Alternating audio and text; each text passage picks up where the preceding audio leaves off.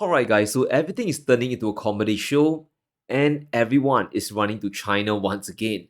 Now, remember when we said Nvidia gave up on China completely? Looks like Jensen Huang still wants a way back in. He's about to join the board of Beijing Tsinghua University.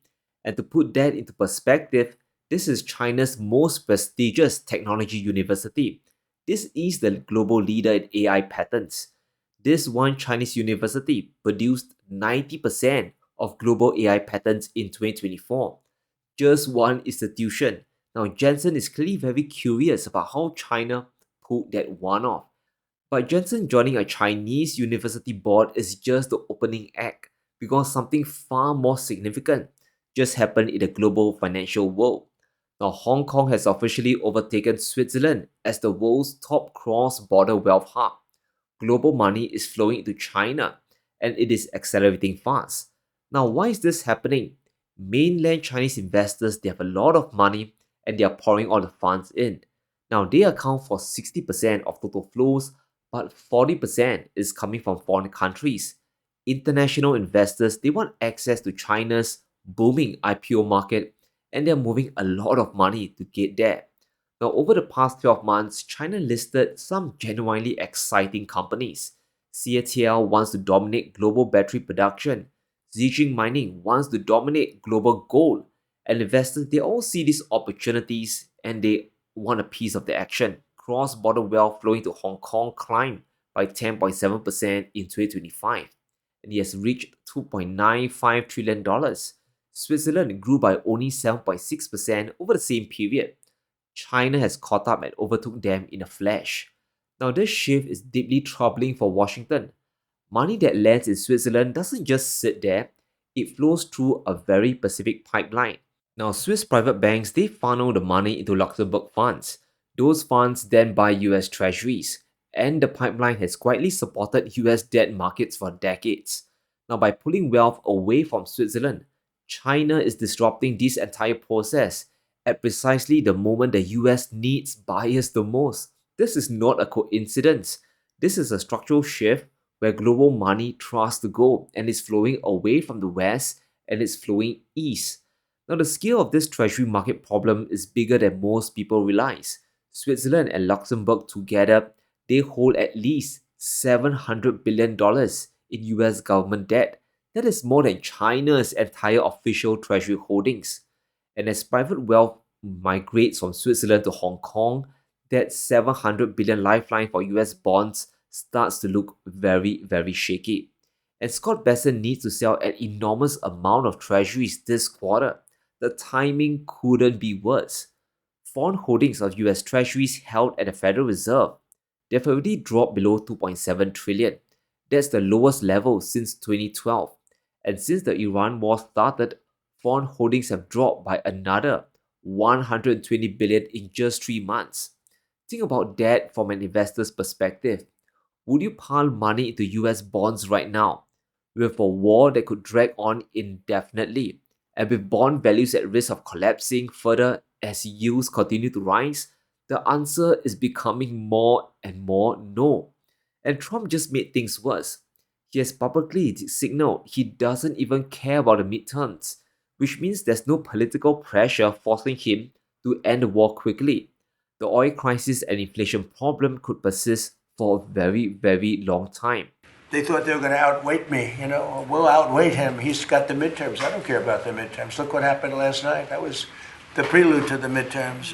People understand it. They know that, very simple, Iran cannot have a nuclear weapon. I'm doing that for the world. I'm not doing it just for us. Now, the gap between Hong Kong and Western wealth hubs is going to keep widening. And by 2030, the difference in assets under management is projected to hit $600 billion. There's $600 billion that won't be flowing into Western assets, including US bonds. It will be flowing into Chinese stocks and debt instead. Now, Hong Kong's assets under management grew by 10.7% last year, and they are expected to grow at 9% annually all the way until 2030. The US, by comparison, only holds 1.6 trillion today and is growing at just 6% annually at best. America's losing the global wealth race, and they're losing it quite badly. And why? Because sanctions, The risks and the consequences of sanctions are all blowing up. We just need to go back to the sanctions regime from Biden's era and the damage he has really done to Western financial credibility. Now, Switzerland was always supposed to be neutral, but they followed G7 orders and froze Russian assets anyway. Today, frozen Russian assets in Switzerland has actually increased in value. They have risen by 1.6 billion Swiss francs to over $8 billion. Now, most of it is private wealth belonging to individuals and companies. The legal situation is very murky and it's quite damaging for Switzerland's reputation. Now, under Swiss law, there's no legal basis to confiscate or redistribute the frozen money. Now, that's true, but it kind of doesn't matter. Frozen assets means you lose access completely. You can't use them, you can't move them away, you can't even touch them. They just get sit there locked away indefinitely. And for many wealthy investors around the world, they are watching this disaster play out. The message is kind of loud and clear. If you store your assets in the Western system, doesn't even matter if it's outside the US, even if it's in Europe, you end up on the wrong side of Washington, your money could disappear forever, maybe forever. Now, even trying to escape into crypto doesn't solve the problem. Back in April, the US Treasury froze funds held across two crypto wallets and they immobilized over $300 million in digital assets. Now, as long as you operate anywhere near the Western financial system, the confiscation risk is very real. And it's the core reason why Hong Kong is rising so fast as a global wealth hub. Wealthy Chinese mainlanders, they're increasingly wary of holding assets overseas in Western countries. Now, rich investors across the world, especially the global south, they feel the exact same way. It might be Russia today, it might be us tomorrow. And Hong Kong offers a credible alternative with Chinese legal protections behind it. But it's not about safety from sanctions, not just about that. China through Hong Kong is also a more exciting place to put money right now. The IPO market there has absolutely exploded. Now, China went from 3 to 5 listings per month to over 20 listings in December last year alone, all in Hong Kong. And these aren't boring utility companies. These are cutting edge technology firms in AI, semiconductors, and clean energy. Now, the scale of these listings is staggering as well. CATL, they raised over $5 billion in a single IPO last May. That's more than the next two biggest IPOs from Japan and the US combined. Investors, they see the depth of the market, they see the momentum, and they want in. So they're shifting their money from the west all the way to the east. Now, China is also the world's dominant export engine. Whether it's in chips, batteries, or AI systems, the world is going to be buying more Chinese products. Smart investment money, they recognize this, so they're positioning ahead of the reality right now. And despite all this happening in plain sight, US leadership is still in full denial. Besson is still out here trying to sell a rosy picture to global investors. Despite Iran conflict, GDP grew at a 2% annual rate. The Atlanta Fed GDP now is predicting 4.3% for this quarter.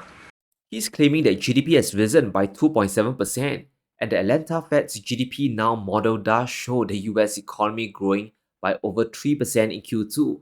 And on the surface, those numbers does sound indeed solid. But here's the problem. That growth is being fueled entirely by insane deficit spending. This year's deficit to hit $2 trillion. That's over 6% of GDP. Besant himself has set a target of 3% deficit to GDP.